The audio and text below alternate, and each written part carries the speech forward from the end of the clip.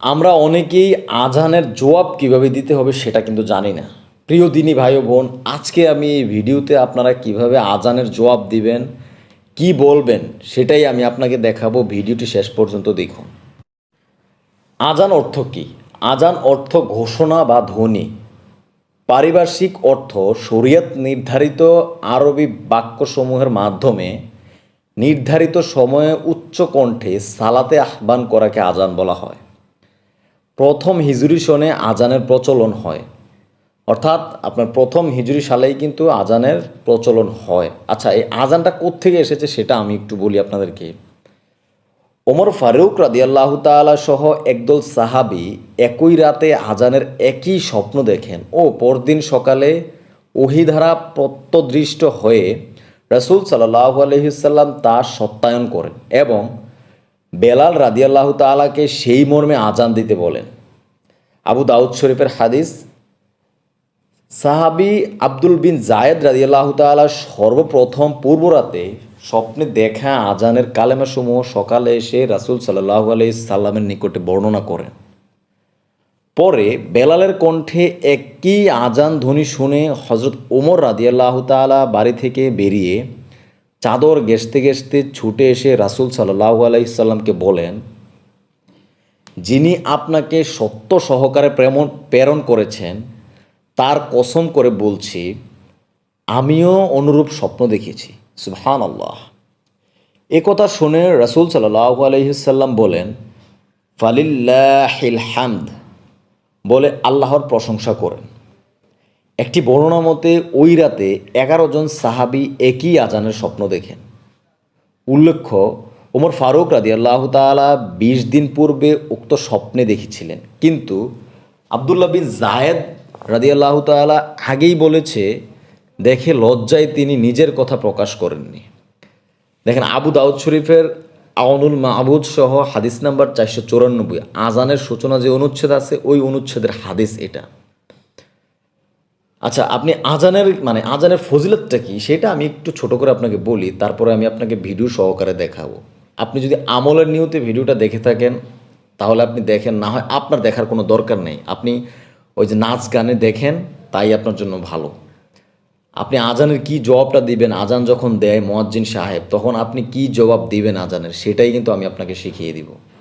আচ্ছা, রাসূল সাল্লাল্লাহু আলাইহি সাল্লাম এরশাদ করেন যে কিয়ামতের দিন মুয়াজ্জিনের গর্দান সবচেয়ে উঁচু থাকবে। সুবহানাল্লাহ। মুসলিম শরীফ ও মেশকাত শরীফের হাদিস। মুয়াজ্জিনের আজান ধ্বনির শেষ সীমা পর্যন্ত সজীব ও নির্জীব সকল বস্তু তার জন্য ক্ষমা প্রার্থনা করে ও সাক্ষ্য প্রদান করে। ওই আজান শুনে যে ব্যক্তি সলাতে যোগ দিবে সে 25 সালাতের সমপরিমাণ নেকি পাবে। অর্থাৎ আপনি যদি জামাতে নামাজ পড়েন 25 গুণ সমান নেকি পাবেন। মুয়াজ্জিনও উক্ত মুসল্লির সমপরিমাণ নেকি পাবেন এবং তার 2 আজানের মধ্যবর্তী সকল সগীরা গুনাহ মাফ করা হবে। নাসাই শরীফের হাদিস, 667 নম্বর হাদিস। আমি রেফারেন্স সহ আমার এই চ্যানেলের সকল ভিডিওতে বলে থাকি, দেখিয়ে থাকি, আপনাদেরকেও দেখাবো। আপনি এই কথাটা একটু কি বুঝেছেন? মুয়াজ্জিন যখন আজান দেয়, ধরেন জোফরের নামাজের আজান দিল, জোফর থেকে আসর পর্যন্ত ওই 2 মধ্যবর্তী সকল সগীরা গুনাহ কিন্তু আল্লাহ তাআলা মাফ করে দেবেন। যে ব্যক্তি 12 বছর যাবৎ আজান দিল তার জন্য জান্নাত ওয়াজিব হয়ে গেল। সুবহানাল্লাহ। তার প্রতি আজানের জন্য 60 নেকি ও একামতের জন্য 30 নেকি লেখা হয়। সুবহানাল্লাহ, সুবহানাল্লাহ। শোনেন, আপনি আজানটা কেন গুরুত্বপূর্ণ, কেন দেওয়া হয়? আজানটা কিন্তু মূলত আপনাকে নামাজ পড়তে হবে, নামাজের জন্য আহ্বান করে, কল্যাণের জন্য আপনার আহ্বান করে। আর এই কল্যাণের জন্য কেন আহ্বান করে? নবী করিম সাল্লাল্লাহু আলাইহি সাল্লাম ওই কিয়ামতের বর্ণনাতে দিতে গিয়ে বলেছিলেন যে ওই কিয়ামত কতটা ভয়ঙ্কর তোমরা তা কখনো কল্পনা করতে পারবে না। প্রিয় দিনী ভাই ও বোন, আল্লাহ তাআলা পবিত্র কোরআনে বলেন, আমি মানুষ এবং জিন জাতিকে সৃষ্টি করেছি আমার ইবাদতের জন্য। আপনি আল্লাহ তাআলার ইবাদত ছাড়া কোনোভাবেই আপনি জান্নাতে প্রবেশ করতে পারবেন না। প্রিয় যুবক, প্রিয় দিনী ভাই ও বোন, আপনার পায়ে হাত রেখে বলছি আমি, নামাজটা ছাড়িয়েন না। একবার শুধু চিন্তা করে দেখেন, এই যে মুয়াজ্জিন আপনাকে দিনে 5 বার ডাকে নামাজ পড়ার জন্য, আপনি কেন কেন আপনি নামাজ কাজা করতেছেন, কেন পড়তেছেন না, কেন যাচ্ছেন না? আজকে যদি এখন যে অবস্থাতে আছেন সেই অবস্থায় যদি আপনি মারা যান, আপনি কি জবাব দিবেন আল্লাহ তাআলার কাছে? একবার চিন্তা করেন, জাস্ট 1 মিনিট একটু চিন্তা করেন, যেইখানে আছেন এখন ওখানে দাঁড়িয়ে চিন্তা করেন যে আমি কি জবাব দিব। অথচ আপনার মতো আমার মতো অনেক যুবক নামাজ কিন্তু ছাড়ে না, ওরা চাকরি করতেছে, ব্যবসা করতেছে, হাঁটতেছে, মানে যাই করতেছে নামাজ কিন্তু ওরা ঠিক রাখতেছে।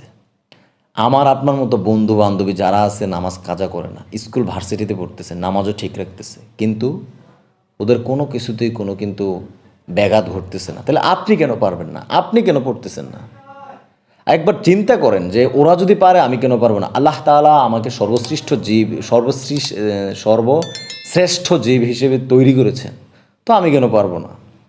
একবার চিন্তা করেন, আল্লাহ তাআলার ইবাদত ছাড়া, নামাজ ছাড়া কোনোভাবেই আপনি জান্নাতে প্রবেশ করতে পারবেন না। আমি আপনাকে আর কোনোভাবে বুঝাতে পারবো সেটা আমি বুঝতেছি না, তবে আমি সরাসরি আপনাকে আজানের জবাবটা কী সেটা দেখাতে নিয়ে চলে যাচ্ছি। তার আগে ছোট্ট একটা অনুরোধ, যদি নতুন হয়ে থাকেন চ্যানেলটি সাবস্ক্রাইব করে সঙ্গে থাকেন। প্রত্যেকটা ভিডিও আপনার জীবনের জন্য গুরুত্বপূর্ণ। ইনশাআল্লাহ আমলের নিয়তে ভিডিওটা দেখুন। আমি চলে যাচ্ছি আজানের সেই জবাব কী সেটা দেখানোতে নিয়ে। আজানের জবাব। রাসূলুল্লাহ সাল্লাল্লাহু আলাইহি ওয়াসাল্লাম বলেন, যখন তোমরা আজান শুনবে তখন মুয়াজ্জিন যা বলবে তদ্রুপ বলো। অন্যত্র তিনি এরশাদ করেন, যে ব্যক্তি মুয়াজ্জিনের পিছে পিছে আজানের বাক্যগুলি অন্তর থেকে পাঠ করে এবং হাইয়া আলাস সালাহ ও ফালাহ শেষে লা হাওলা ওয়ালা কুওয়াতা ইল্লা বিল্লাহ, এটার অর্থ হচ্ছে নেই কোনো ক্ষমতা, নেই কোনো শক্তি আল্লাহ ব্যতীত বলে, সেই ব্যক্তি জান্নাতে প্রবেশ করবে। মেশকাত শরীফের হাদিস। আমি হাদিসের রেফারেন্সটা দিচ্ছি একটু পরে, এই যে নিচে হাদিসের সকল রেফারেন্স দেওয়া আছে, আমি এটাতে একটু পরে আসতেছি, আগে আপনাকে আমি শেষ করি। মেশকাত শরীফের হাদিস, অর্থাৎ আপনি যদি মুয়াজ্জিনের সাথে সাথে আপনি বলেন এবং যখন হাইয়া আলাস সালাহ হাইয়া আলাল ফালাহ বলবে তার শেষে আপনি বলবেন লা হাওলা ওয়ালা কুওয়াতা ইল্লা বিল্লাহ, সে ব্যক্তি জান্নাতে প্রবেশ করবে। অতএব আজান ও একামতে হাইয়া আলাস সালাহ ও ফালাহ বাদে বাকি বাক্যগুলির জবাবে মুয়াজ্জিনের যেমন বলবে তেমনই বলতে হবে। কথা কিন্তু বুঝে নেন। হাইয়া আলাস সালাহ ও হাইয়া আলাল ফালাহ যখন বলে, সেইটা না বলে আপনি লা হাওলা ওয়ালা কুওয়াতা ইল্লা বিল্লাহ এইটা বলবেন। এই যে দেখেন, একামতে হাইয়া আলাস সালাহ ও হাইয়া আলাল ফালাহ বাদে বাকি বাক্যগুলির জবাবে মুয়াজ্জিন যেভাবে বলবে তেমনই বলবে। ইকামতের জবাব একইভাবে দিবে, কেননা আজান ও ইকামত দুটিকেই হাদিসে আজান বলা হয়েছে। উল্লেখ্য যে ফজরের আজান আসসালাতু খায়রুম মিনান নাওম এর জবাবে সাদকাতা ওয়া বারারতা বলার কোনো ভিত্তি নেই। দেখেন, মনে সন্দেহ থাকতে পারে, কিন্তু আপনারা আমি ক্লিয়ার করে দিচ্ছি। এই যে দেখেন, মিরআত 2/63 হাদিস নাম্বার 662 এর ভাষা দ্রষ্টব্য, এখানে সব কিছু ক্লিয়ার আছে। আপনি 301 নাম্বার, এই যে 301 নাম্বার হাদিস নাম্বার দেখে যান, এরকম যত নাম্বার দেওয়া আছে, এই যে 300 নাম্বার, এই 300 নাম্বার এখানে রেফারেন্স দেওয়া আছে। আচ্ছা, তারপরে কি বলছে আমরা একটু দেখি। অমনিভাবে একামতের সময় কদ কামাতিস সালাহ এর জবাবে আকামাহাল্লাহু ওয়া আদামাহা বলা সম্পর্কে আবু দাউদে বর্ণিত হাদিসটি জয়ীফ। এটা হচ্ছে আবু দাউদ শরীফের হাদিস। 3 নম্বরে আশহাদু আন্না মুহাম্মাদুর রাসূলুল্লাহ এর জবাবে সাল্লাল্লাহু আলাইহি ওয়াসাল্লাম বলার কোনো দলিল নেই। দেখেন, এইগুলো কিন্তু আমি আপনাকে রেফারেন্সও দেখিয়ে দিয়েছি, সুতরাং মনে কোনো সন্দেহ রাখবেন না, এইটাই সঠিক, আপনি এইটাই পালন করেন। আল্লাহ তাআলা আপনাকে আজানের জবাব যেন ঠিক পদ্ধতি দিতে পারেন সেই সুযোগ করে দেখ। অনেক ভিডিও আছে, একটু দেখে আসেন, দোয়াগুলো শিখে আসেন। আসসালামু আলাইকুম ওয়া রাহমাতুল্লাহি ওয়া বারাকাতুহু।